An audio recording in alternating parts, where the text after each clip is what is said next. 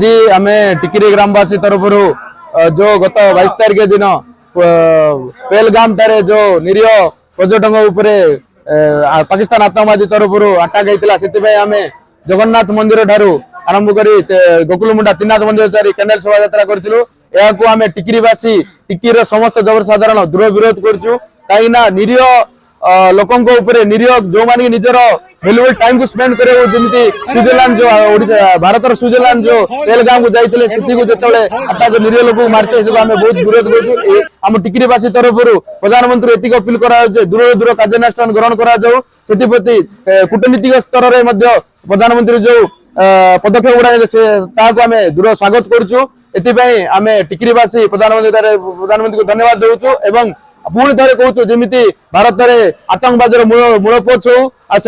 पुणी थे साहस न करूँ कि आम निरीह लोक मारे दूर दूर कार्यानुष्ठान ग्रहण हो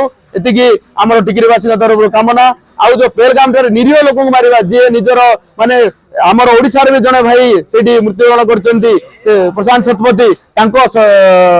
आत्मार सद्गति आम 2 मिनट निरीह प्रार्थना भी करथुलु जो यही भाया निरीह काम जमी पाकिस्तान नेक्स्ट टाइम करने साहस न करूँ से प्रति आम